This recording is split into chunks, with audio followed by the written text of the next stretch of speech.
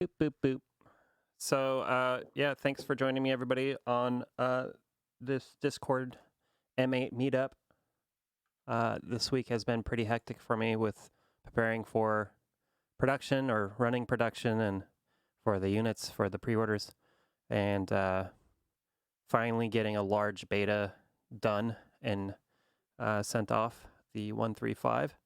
So I figured with this meetup, the two topics I wanted to cover was going over the changes that I made in 135, as well as looking at some ways of using tables. I know we covered tables in previous meetups, but I think that stuff kind of gets buried, so I'm just going to go ahead and go over it again. That way I cover anything that I missed, and it's fresh on everybody's minds.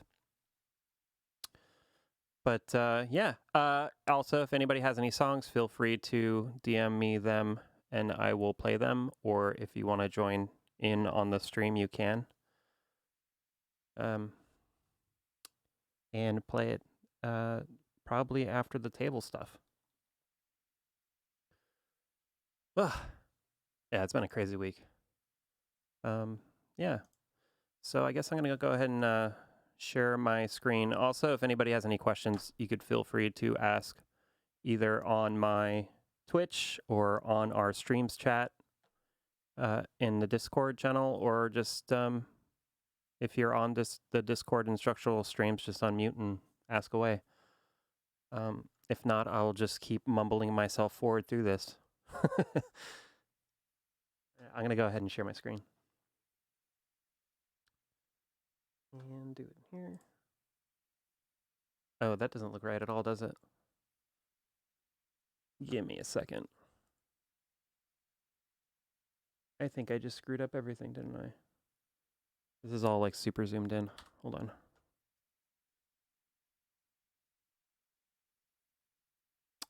Even in the future, nothing works. Let's see. Scale that down. That's probably good enough. Yeah. Everybody see my screen okay? Just did a quick fix on it, so it probably looks a little aliased. But whichever. So with these recent versions of M8, I've been really concentrating on trying to make it more usable for people who are new. So the major change here with this version is a lot of the help stuff. But the way I've been implementing it is trying to make it useful for newcomers and also useful for people that know it really well. So I'm just going to go through my changelog here and see if there's anything I could really highlight. The main new feature is the DAC output on the hardware is 32-bit, which doesn't it sounds more impressive than it actually is. It just means on really, really quiet volumes, it sounds a little cleaner. I also added 24-bit WAV file support, but it's limited as far as the octave range, just because of the amount of data that's streaming from the SD card. But it's convenient because if you have WAV files that you want to play back that are 24-bit, you don't have to convert them like you previously had to. And you could always convert them in situ as well. And I could show that. See what else. Yeah, I guess I'll show that actually. I'll show a 24-bit WAV file here.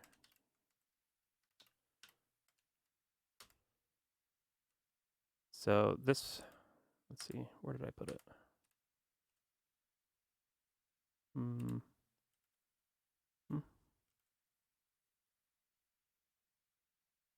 Yeah, I threw it in here, didn't I? I have a bunch of like test WAV files that I have on here. So this one,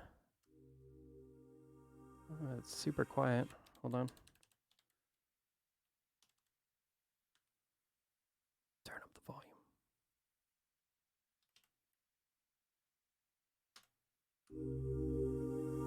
So this is a 24-bit WAV file, and you could tell because right here under the conversion line it says 16-bit.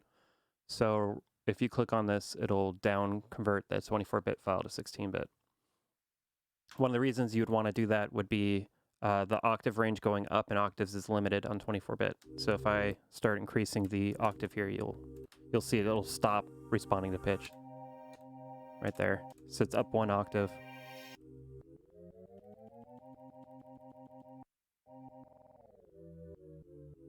And that's just to limit the amount of data that's being streamed off the SD card. But what you could do is go to Edit, convert it to 16-bit, and then save it maybe as a new file. Let's call this 16. Now it's saved. So now it's 16-bit file. I could go up a lot higher. It still gets capped. What's that? 2 octaves up. It's because it's a stereo 16-bit file. I think mono 16-bit goes up even more. So depending on basically how much data needs to be streamed off the SD card, it dynamically changes how many octaves up you could go from its natural pitch. But yeah, so that's that feature. Let me look through the list some more here. And if anybody has any questions, just shoot them and I'll answer.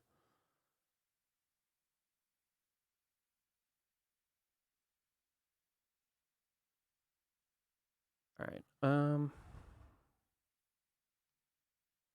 Let's see. 24-bit file. MIDI song position offset support for. I could show that now. Actually, that'd be kind of cool to show as well.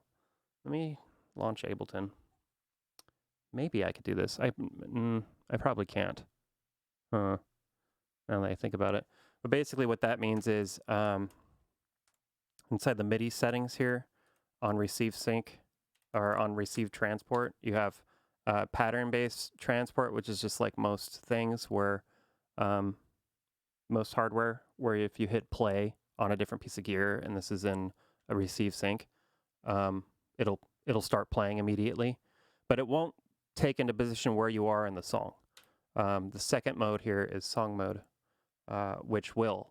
So if you have gear or even in Ableton for the MIDI sync option for output, it'll say like, if you click the little arrow to drop it down for more options, it'll have like a song transport control.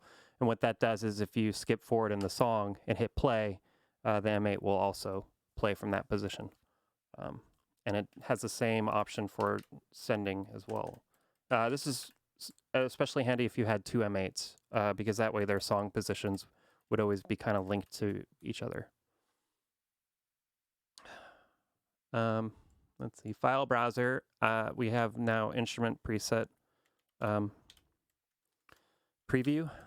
So that'd be here in this load screen. Let's go to like FM DX. There's a bunch of some of my FM kind of DX patches. But now you could just, yeah, scrub through them like you do samples, which is super convenient. Song screen, shaded chains, darker color. You've seen that previously on, I think I showed some of these features already too in a previous meetup. But yeah, chains that don't have notes in them are kind of grayed out a little bit, which helps you when you have a big complicated song. You can tell which phrases are kind of just like fillers to, or which chains are just fillers to keep that track following the rest of the song. Raise and table, command to help. Yeah, a bunch of help messages for everything, which I showed some of those previously, but I'll show them now in a second. See if there's anything else here that's important.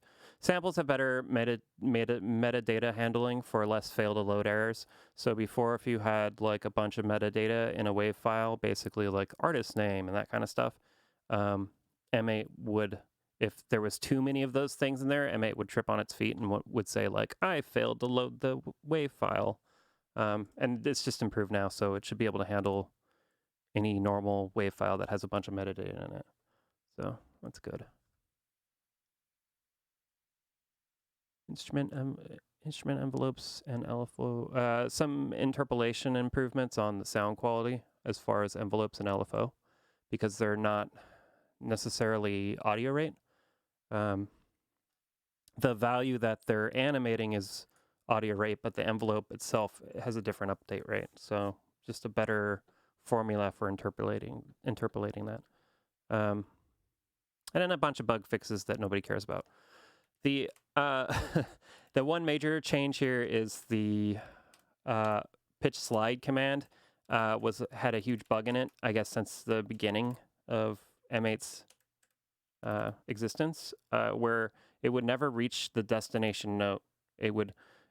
As the pitch got closer to the destination note, it would move to that pitch less and less.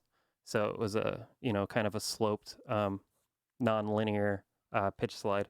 Never really noticed it until you used like a really big number, a lot of steps. It would always be kind of out of tune by the time it gets close to that number. Which means that some songs might need to be changed that are from previous versions.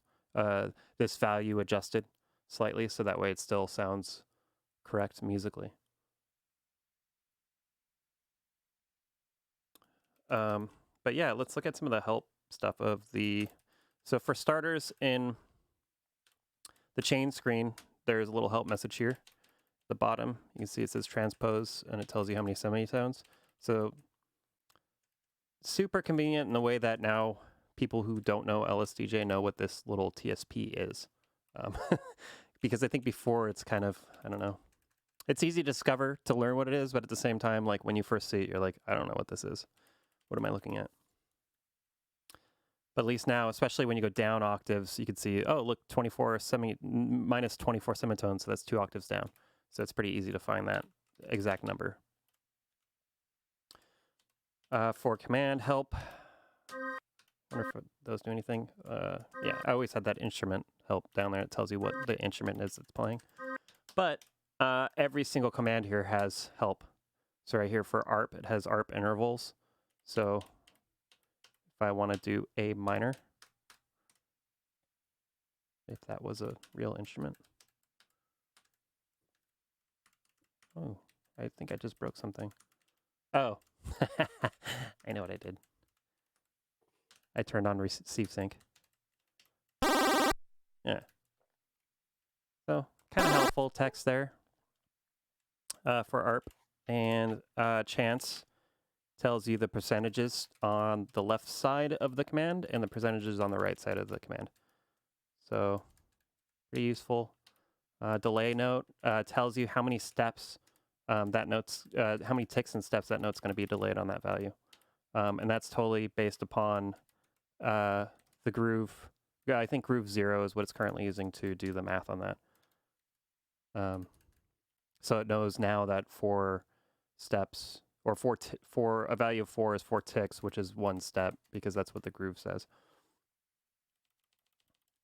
All the time-based stuff is all like that, so it's pretty neat. Sorry, what? Just a quick. I just have a quick question. What? What's up? What is the ARP speed set to? ARP speed is done in ticks. It's kind of a standard tracker thing. It's kind of a question. Well, it's a useful command. It's just really limited in what it is because it just allows you to set the semitones. But it's a very traditional kind of tracker command that basically all trackers have always had. So in that sense, it's a necessity to kind of still keep it in here, because other ways of doing ARPs is by using tables, which I'll go over in a little bit after I show some of these command help messages. So yeah, it's in ticks. It's just as fast as it can play, basically, is the answer. And it's kind of permanently set that way. Let's see, kill. The kill note command now tells you the number of steps until it's going to kill the note, and ticks, which is nice. Random. So random is interesting. I don't know if that many people know this, but when you use random, it's actually 2 different numbers that you're setting here. One is for the low nibble, and the other one's for the high nibble. So if you just wanted to affect the first digit of a parameter, you can, or the second digit. So that's why the help message kind of split those two up like that. Retrig, which is just another time-based thing. Repeat. Whoa. Stop it. Repeat is a relative command, so it's doing it in relative steps. I don't have to go through all these, do I? Because there's a lot. Most of these should make a lot of sense. They're all pretty, anything that's time-based will tell you in time how long the thing is. And anything that's relative will give you a plus or minus, and anything that's absolute will give you the actual value. So like here, oscillator shape is an absolute command, and it just tells you down there at the bottom it's a shape. Let me turn on the volume a little bit. And, you know, something like multiply is relative. So it'll tell you what it's doing there. Table tick here, when you change that, it has a little table speed thing. I think I showed this last meetup. As well as attack and hold and decay tell you all their times, which is convenient. The LFO frequency also does this now too. Yeah. So across the board, everything's been, a bunch of help text was added to try to help you out. Does anybody have any questions or anything? I'm catching up on chat too.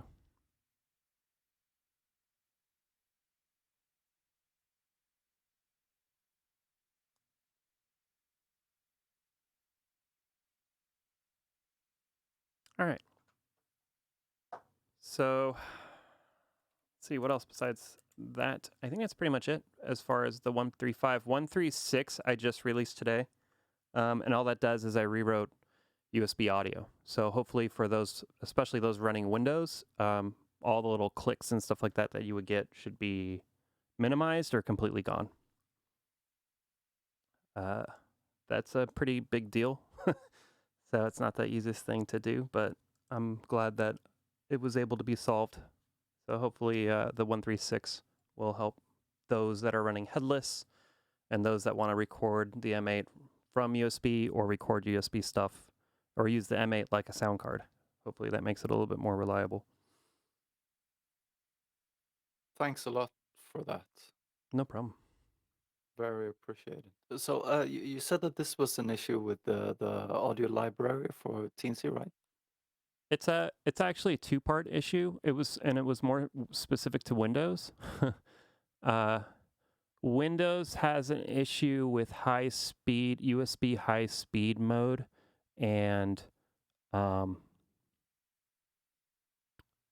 this kind of there's this timing function that you need to do so that the device and the host kind of work together to make sure the timing is correct when data is being sent and transmitted. Windows has a weird bug where it doesn't allow basically a 16-bit precision or something like that number, whereas like every other OS it works fine except for Windows and USB high-speed mode. So that's where that was coming from. It would never properly sync, and it would end up getting these little occasional dropouts. That was figured out by somebody on the Teensy forum, and then I implemented some changes on the M8, and voila, it fixed my problems, at least on Windows, and hopefully everybody else's. But yeah, TLDR, it's in part the Teensy library and in part Windows being Windows. So, and the default generic USB audio driver that Windows basically uses when you plug in a generic USB device. But also explains why some people didn't have any problem at all, because if they're using Mac, it's using, or Linux, they're using a different thing, so they didn't have the issue. Whereas other people who are using Windows, which is probably a slight majority, to say the least, they were having occasional dropouts or pops and clicks all over the place. Hopefully that made enough sense for it to make sense. Yeah, sure. I actually had these dropouts on Mac though. Are they still there now? I don't think so. So there you go. The whole thing was rewritten essentially. So There was also like old versions of M8 that were doing certain audio things that would cause it as well. So it depends on which version we're talking about. Like some of the older versions of M8 did read from the SD card like while it was in the DSP, like doing stuff. And obviously that kind of breaks other stuff. That breaks USB a little bit. So older versions were even worse than the more recent ones. But yeah, if the problem's gone, let's just be thankful. Yeah, personally, I didn't have any clicks on my Mac since, I don't know, 1.2 point something. But, you know, there's so many variables that are going on that it's kind of hard to track down. Those are the worst kind of bugs too, I think, anything dealing with somebody's computer. Because that just opens like, you know, a whole bag of different things that could be the issue.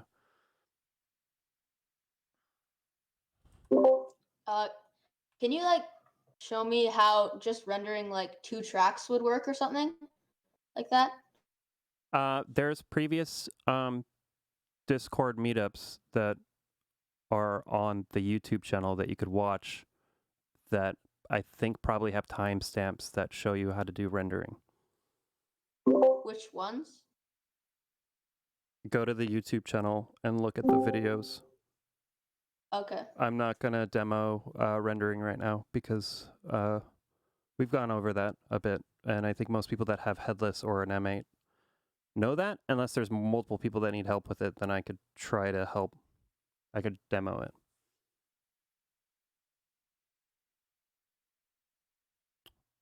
But if there's enough requests for it, I'll show it after the table stuff that I'm going to go through. So if you have questions specifically to M8 and you're thinking about getting it, I suggest watching the previous videos because this is kind of focused on people that currently have either the headless or have the M8 or want to just hear some of the demo songs that don't have either. Because I think without actually having one, it probably is less helpful, and it's probably a lot of too much information. Hopefully in the future there'll be more demo, straight up, quick flash tutorials that will help you kind of make those decisions. But currently we don't have much of that unless you just kind of scan through the previous meetups.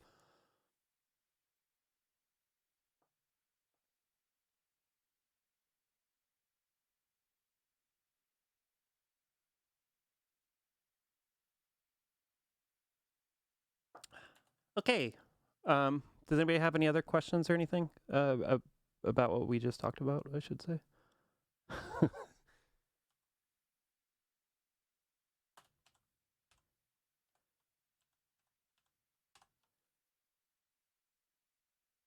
So I'm going to go through and show you some of the basic uses of tables. I know quite a few, I should say, people already know this stuff, but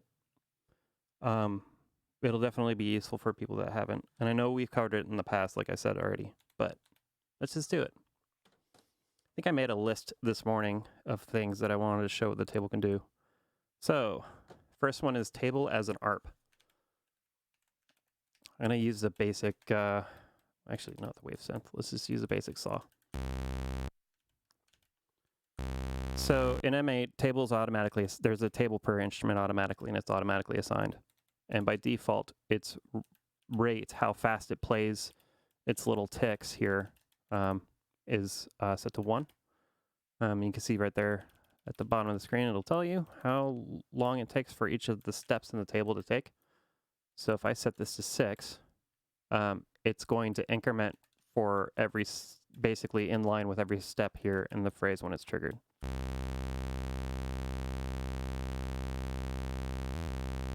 So I'm going to do a basic ARP, 137. I'm going to copy and paste that over and over again.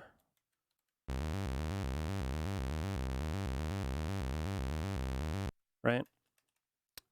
So we use hop a lot in table. so we don't have to do what I just did, where I pasted a bunch of times over and over again, which is this command here.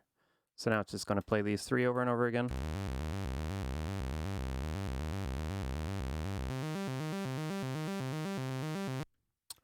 Now I'm going to do something fun, which is, that's a minor, minor progression art. I'm going to figure that out. And now I'm going to do that same art starting from table row 8. I'm going to do a major. And I'm going to do the hop, goes back to 8. So it's never going to get over here, but inside the phrase, what I could use here is a table hop and set that to 8. And it's going to hop the table to this playhead position, and which this will just start looping in this region.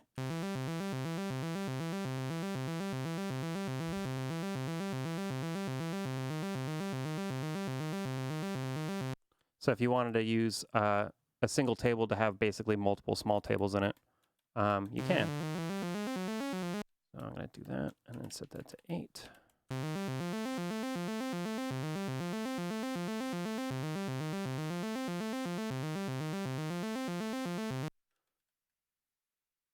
So hopefully that makes sense. So I didn't really go over this, but I'll do this real quick. N means note. So these are note semitone offset offsets, just like it's in the chain screen, the second column in the chain screen. This is volume, basically a volume modifier. And you see now the help message is a little bit more helpful here. And then you have 3 effects command columns, which are independently ran. Can be. You could set these. You could set all 3 of these to different tick rates if you want to. So if I wanted this one to run at a faster rate, I could do that. I could also put the tick command at the very bottom. It's a cheat, so that way I could use this first column to actually do something besides just set the tick rate. Let's see.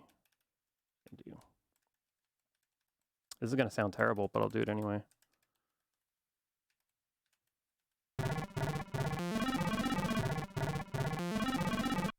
You see there, when it does that table hop, it goes to the wrong place. What if I do hop here? Yeah, that works. So now this column is ignored on that table hop command that's inside of the phrase. Because as soon as it hops to this row on this column, it immediately goes to 0.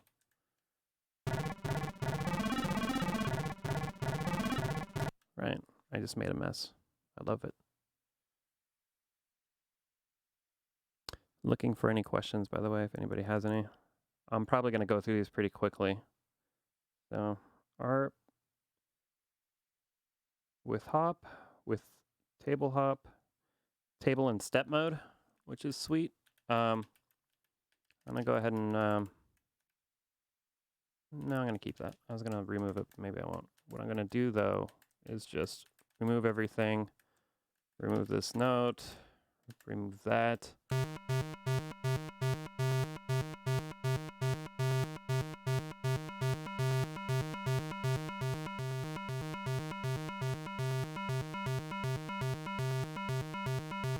So another mode that table can do, instead of it progressing at a tick rate, it will, when you set the table tick to 0, it says right there at the bottom, note increment, which means the playhead in the table will only increment when a new note is triggered.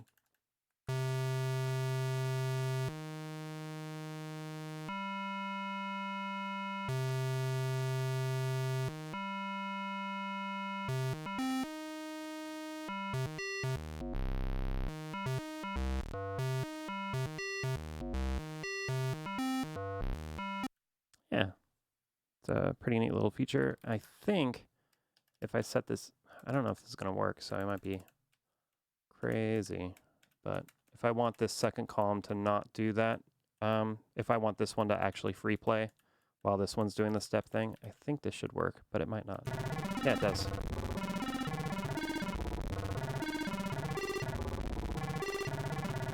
So since all three of these effects columns are kind of independently timed, you could set them to either be the note increment or a step-based thing, or even tick FF, the special command, which runs the table at a very fast rate.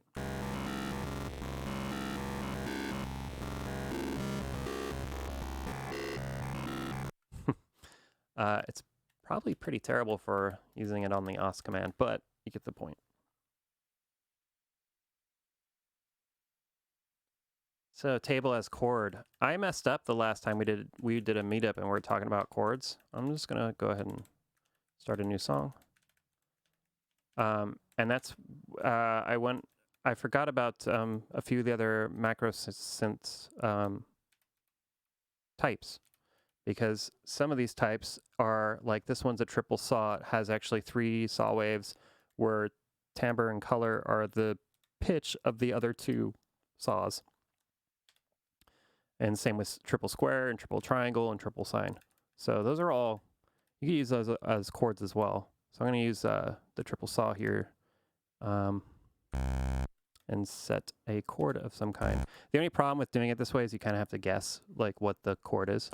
Use your ears a little bit, or I think somebody wrote something somewhere that correlates these values to what their note offsets are. Maybe you could make that a help screen.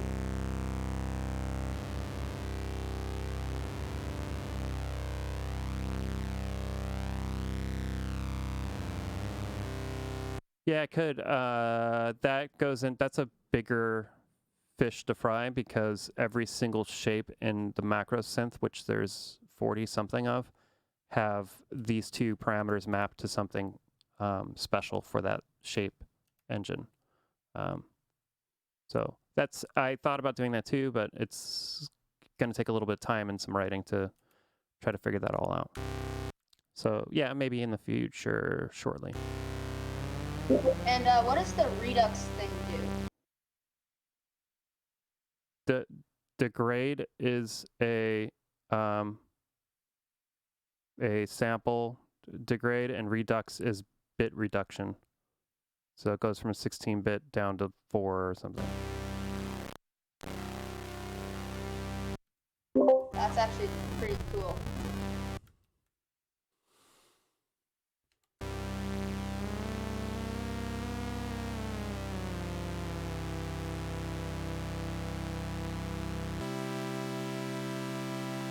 So there we go. I got a chord here.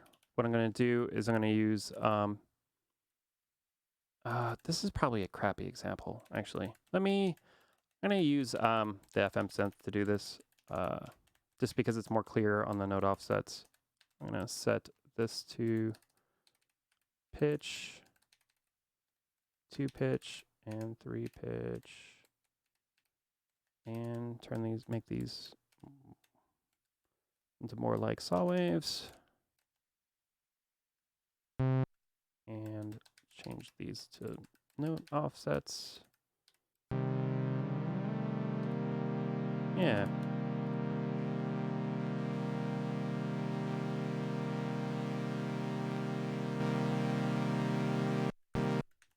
All right. Let's do that and that and that.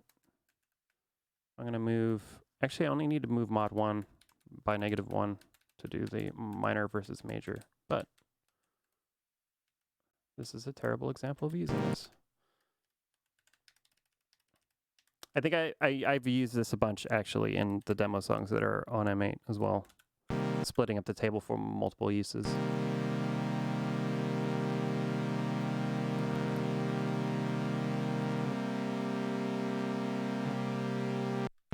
What did I do wrong? That should be 9. And mod 3 should go up by 1, not down. Yeah.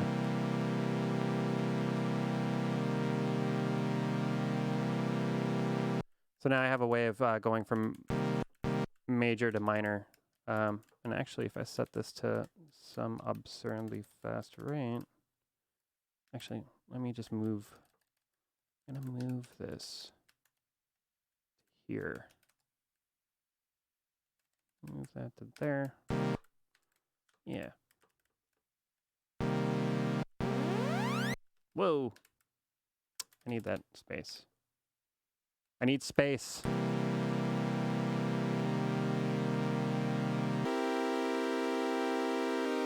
So hopefully you get that. I just split the table up into two uses. First one does nothing. Second one does the FM. Adds one to this mod parameter, so it turns it into a major chord from a minor. Another way to do that would be to not have anything in the table at all, and use the table command and use a whole blank table to do this. Up to 1.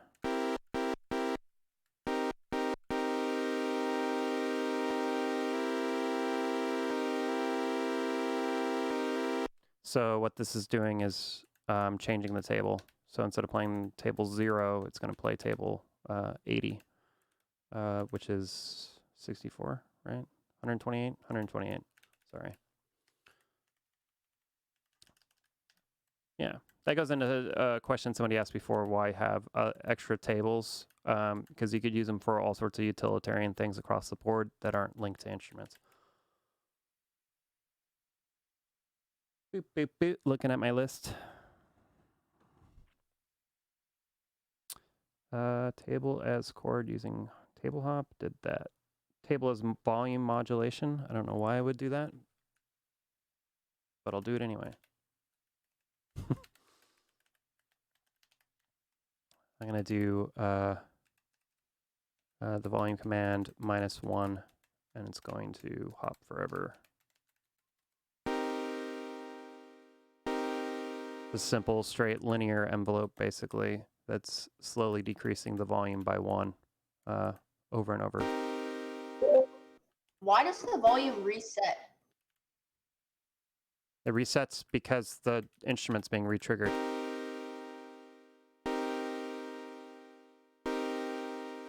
Whenever the instrument's retriggered, it's set to its default state and everything starts again. If I don't have the instrument in here, then it won't retrigger.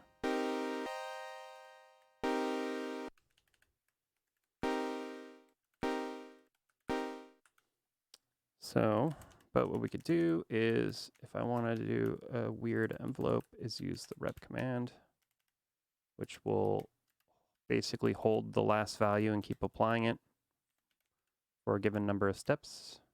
And then we could increase the volume a bunch, hold that for that long, and then finally we could decrease the volume again and do that forever. I think. Well, that, yeah, hop to 4.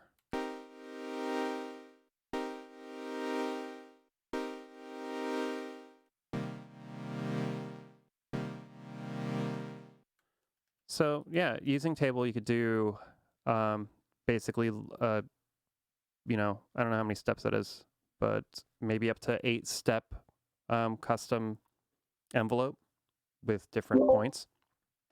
What does hop 04 do exactly? It hops the playhead to row 04 Why are we going to 4? Just wondering. because row 4 is this one. So it's But why looping. would... It's telling it to keep looping this over and over and over again. Oh, okay, got it. Without that command here, it's just gonna follow. It's gonna fall through.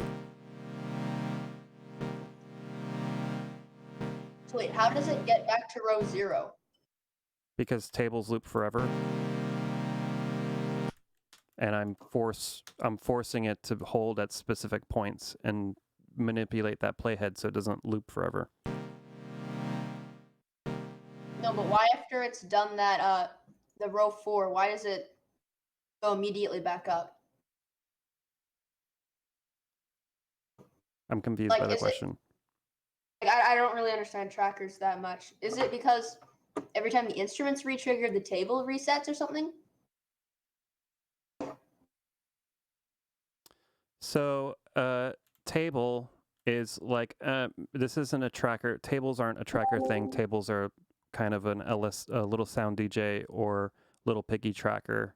Specific trackers, not really in the general. Tables aren't normally used in trackers. A table is basically a little tiny tracker that plays very quickly. In an M8's case, it's assigned to the instrument. Whenever the instrument triggers, a table will trigger with it. By default, the table playhead that's inside the table, the little green arrows that you see flashing there, will just play every single row in this table at a given rate. But what you can do is, instead of it just playing all of these things one after another, you can control that playhead. So here, for instance, I'm setting a volume command, then I'm telling the playhead to repeat the volume command 16 times. It's in hexadecimal. You see there at the bottom it says 16 times. Then it moves to the next command, which is volume +2. So it'll add 2 to the volume. And then right under that, it says repeat the last command for, what is that, 32 times? Yeah. So the playhead will hold here for 32 steps, and then it'll fall through. And then there's another volume command that's turning the volume down once, but then there's a hop here. So the playhead gets basically stuck on this column and keeps doing this over and over again forever. Like the whole time. But it doesn't go there forever, does it? Doesn't it hop back up to 0? The way this is set up right now, it never goes to 0. Because hop, if I put a hop here and I set this to 7, or if I set this to 6, what's going to happen is the playhead's going to play 6, 7, then it's going to hit this, and it'll go back to 6. And then it'll just keep doing that over and over again. Wait, but if you hit play, doesn't it? It restarts, doesn't it? It restarts when the instrument gets re-triggered. So if I never okay, that's what I was asking. So it's not going to re-trigger now because there's no instrument played. Whenever the instrument triggers, the instrument kind of resets to its default state. The playhead and the table gets reset unless the table is set to that tick mode that I just went over, which is the node increment mode. If it's in node increment mode, it doesn't act like a normal playhead. Instead, it'll just increment every time the instrument is triggered. Oh, okay. Yeah, that's basically what I was asking. Thanks. Yeah. I suggest you watch some of the other meetup videos that we've posted. This is meetup, I think, number 10. But the very first meetup, I think, goes over all of these things pretty specifically.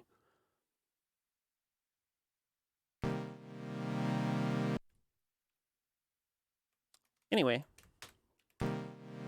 point being is that you could use tables as doing a more advanced envelope than just a single, what was that, 3-stage envelope that we currently have. Let's see what else is on my list. Module table as general parameter modulation. Well, that's pretty much the same thing. Table as sample grains. That's kind of a funny one. So I'm going to do this. I'm just going to start from scratch again.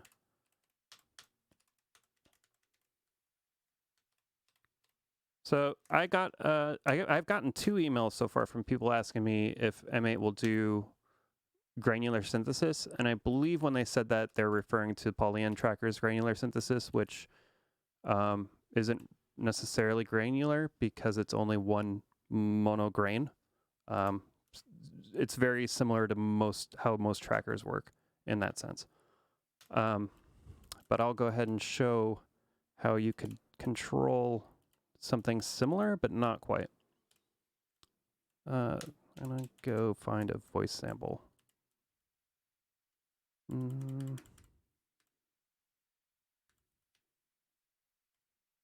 Where is that? I thought it was in here. not? Yeah, in here. There we go. Let's see. I'm looking for a voice sample. 1, There we go. 1, 2, 3, 1, 2, 3. So I'm going to set the length of the sample to 0. I'm going to put it in forward loop mode, which you don't hear much right now because it's looping the very beginning of the sample. 1, 2, 3. But if I do that, 1, 1, it's even better when I put it in oscillator mode, I think. So I don't have to worry about the start command in oscillator mode because it's always in loop mode. 1, now, 1, 1, 2, 4. Now. Okay, so I'm going to set, how do I want to do this? I'm going to set envelope 1 to volume, attack to 1, decay to 1. So it's a really, really tiny envelope. Then in the table, I'm going to use that loop start that I was just playing with here. I'm going to put that command in. I'm going to increment it by 1 and do a hop. Oop. Let me turn off the envelope real quick so we could just hear that. 1, 2, 1, 2, 1, 2, 1, 2, 1, 1. Right. And I'm going to now assign that envelope that I was talking about. Envelope 1 is assigned to volume with an attack of 1 and a decay of 1. So it's really, really, really short. And in this command, I'm going to do a envelope 1 retrigger command and hop that just the same. 1. So now I have an envelope that's being triggered as the grain or as the sample loop start point is being animated. 1, 1, 2, 1, 2, 1. Of course, if I don't have the volume here, it still works. It just doesn't sound the same. 1, 2, 1. Especially if I do this slower. 1. Actually, I'm going to switch this to forward loop mode. 1, 1, 1, 1, 1, 2, Let's 1, move these. 2, 1. Yeah, you get the idea.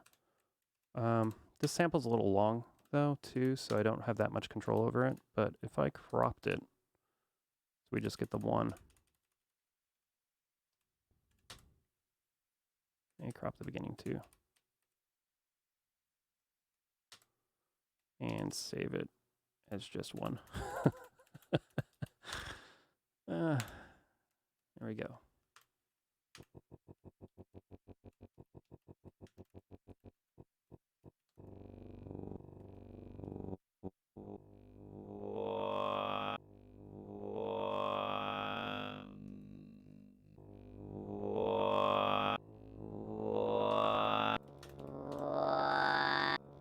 You get the idea.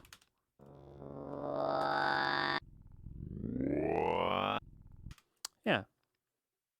That's kind of being able to assign basically the animating point of the loop start with an envelope that's re-triggering alongside of it. It's another use case for this thing. Does anybody have any questions or anything?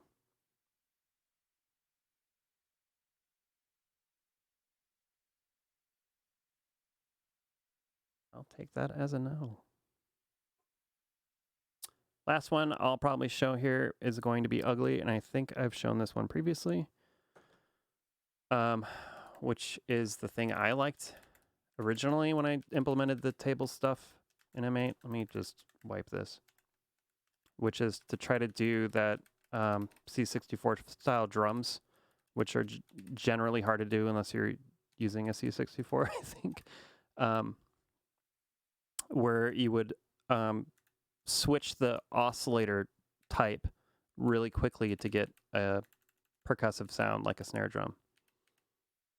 I think I showed this already before previously, but I'll just do it again here for the sake of doing it all in one meetup.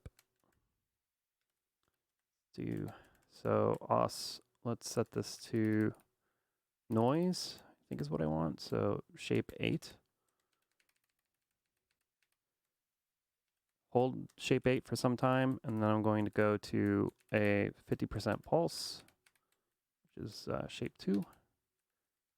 Hold that for a certain amount of time, and then I'm going to go to triangle shape 5.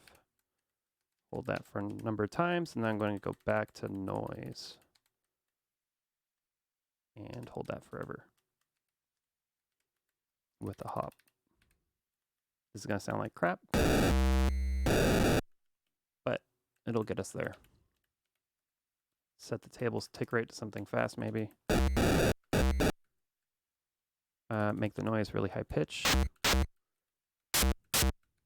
Bring down the rep.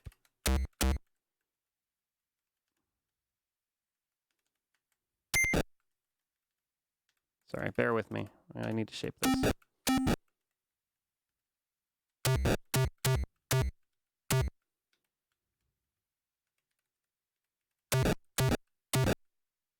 And on this one, I'm going to do the volume command up to 6.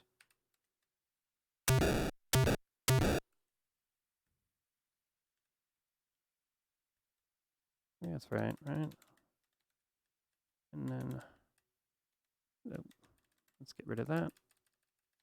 I'm just pitching stuff around to try to get that sound I'm looking for. Maybe if I also just assign an envelope to the volume.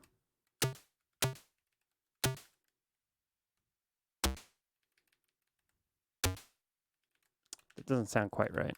Let me maybe do a pitch sweep. Yeah, you get the idea though. You could basically quickly switch between the oscillator shapes in a table and kind of sculpt weird percussion using the table itself. So that one needs to be...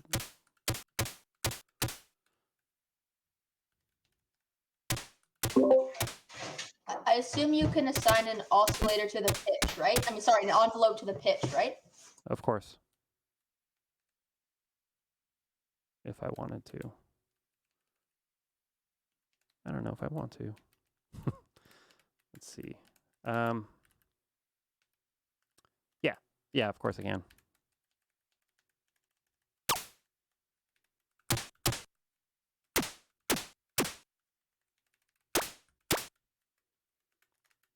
But that gives you an idea of using tables for Disposable Planets has endless possibilities for glitch type effects with tick set to FF. Yeah, totally. Totally true. Let's see, if I set the shape and we just go through some crappy pulse waves. They're not crappy. Yes, they are.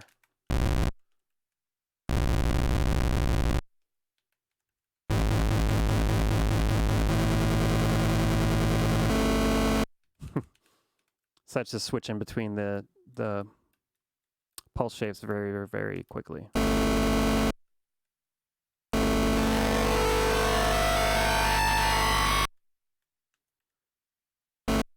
Yeah, so I think that's all of my table related things in a nutshell. If anybody has any questions, feel free to ask. I can also play back some tracks that people have submitted. I wonder if Glooms is here. Guess not. Somebody submitted some tracks that I can't download right now. So that's no fun.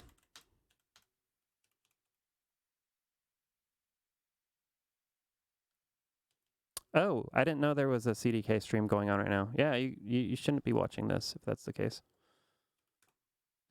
I had no idea. Sorry. Oh, it's over. Oh. Let's see here. I guess I'm too self-centered to realize that there's something else going on at the same time. I'm gonna play this track by Disposable Planet. Yeah. What did you say about this when you submitted it?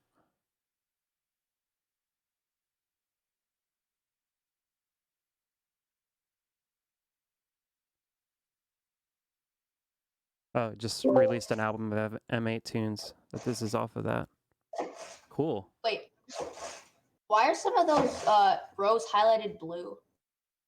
Because you can bookmark stuff in the song. So they did this intentionally.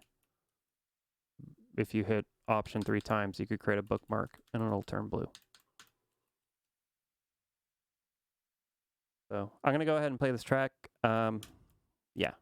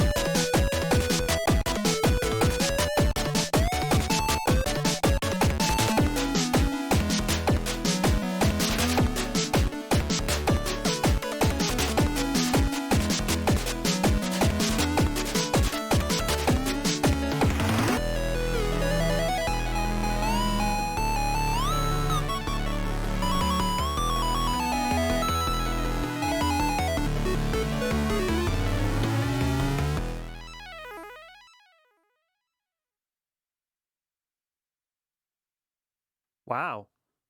That was awesome. Thank you so much for submitting that. It sounds like a lot of work.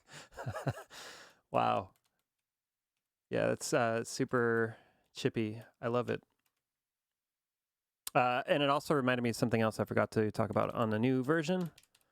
I'm going to go ahead and play S's song that I played before. There is a new feature here for the FM synth for the oscillator display. So the oscillator display for FM synth's a little bit more user-friendly.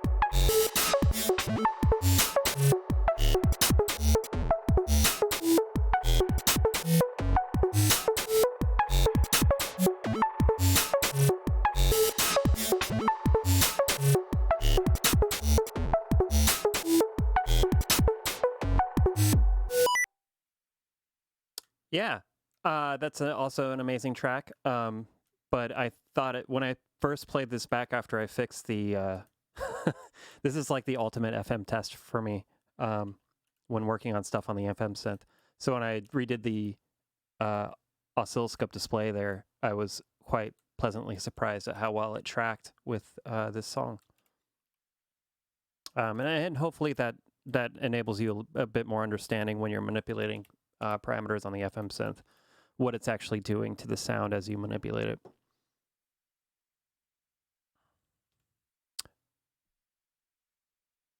Somebody asked if it's Discord audio quality or is there a lack of high harmonics, everything produced on the M8? That would probably be Discord audio. There's nothing specifically here that would deter higher frequencies. Yeah, in that way anyway. But if you want to on these streams, you could always listen to it on the Twitch stream, has better quality, and it's in stereo. So does anybody have any other songs or anything they want to ask or talk about? I'm here. We're here. Hey, Rival, you want to show us one of your cool tracks? Or you're not going to talk to me this time around, are you?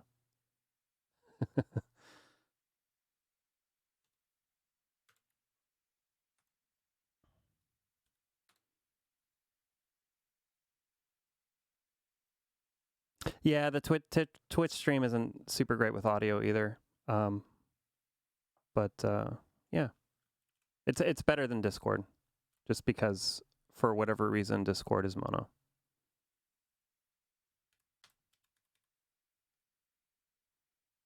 Trying to see if I have any other songs that I could play of my own.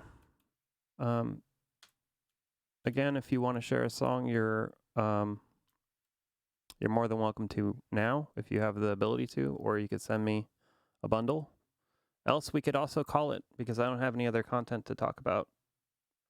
I've been pretty swamped with this update and all of the pre-production stuff. It's been grueling.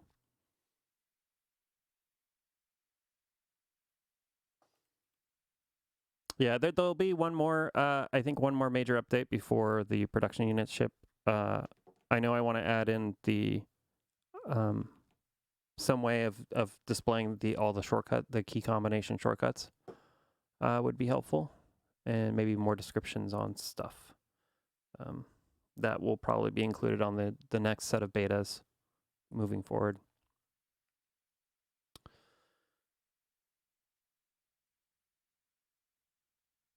And I'm pretty sure the next version is going to be 1.40 because there will be some not compatible changes. That is, your songs will load, but if you save them in 1.40, they wouldn't be able to be loaded in correctly in older versions. So for those that don't know, the version numbers I'm going with here, if there's an incremental change on the first or second digit, it means that there was a change in the file format that it needs to be transcribed for it to work correctly on different versions of M8. So if you ever want to upgrade from like 1.34 to 1.35, you know that nothing's going to change as far as your song files or any of that stuff. But if you saved something on 1.20 and then you upgraded to 3 and then you added an FM synth, which 1.20 doesn't have, and then you saved it and tried to load it in 1.20, of course your song's not going to play back correctly because there's no FM synth.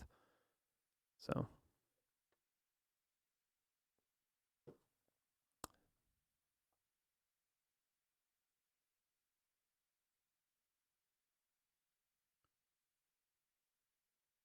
I don't know how I'm staying sane either. This is a lot of work. It's a lot of work. The production stuff's a lot of stress too. The chip shortage is no joke.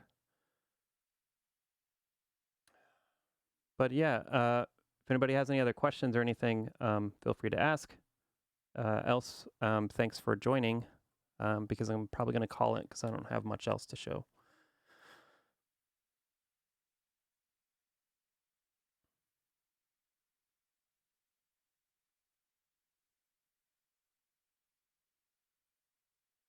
Ooh, I just got another, I got another bundle. I'm going to set that up. Thanks, A-Rival.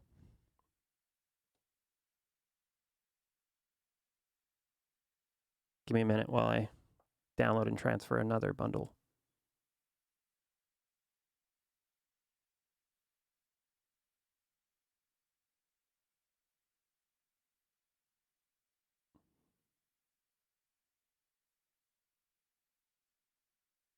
Was that it? I guess so.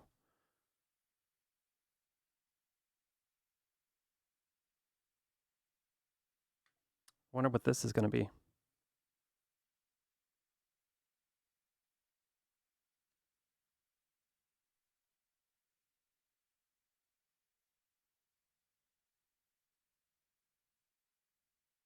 Are there no samples in this? I don't know if it transferred over correctly, so let me just double check something. I guess there are no samples in this. Okay. This song's by A-Rival. Thanks for submitting it. Or maybe it won't play at all. Hold on. Boo! Midi settings. Maybe it didn't like me ejecting the card. Hold on a second. Technical difficulties.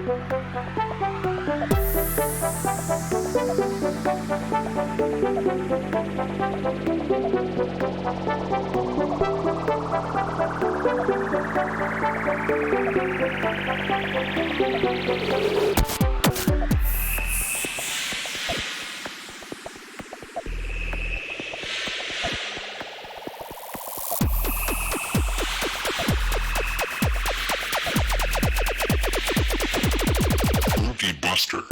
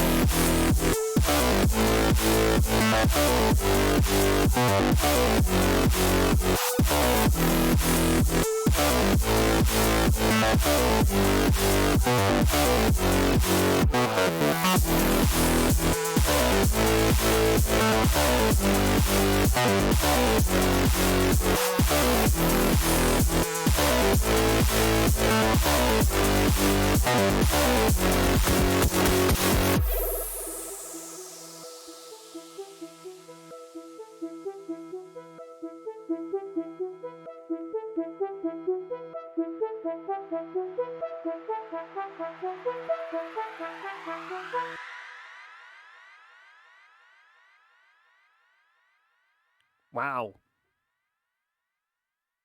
That's super neat. And that seemed to be mostly using FM. And then that one sample, right? That's what it sounded like. That was super great. Thanks for sharing it.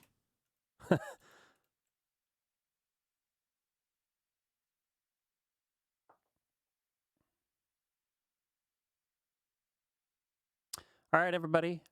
Thanks again for joining. We'll do another meetup in 2 weeks where hopefully I'll have something more to share. And yeah, thanks for joining. It was really great. Hopefully some of those table things come in handy for somebody.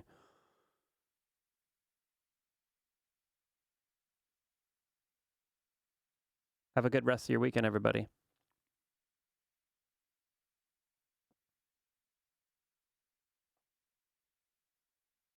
Bye.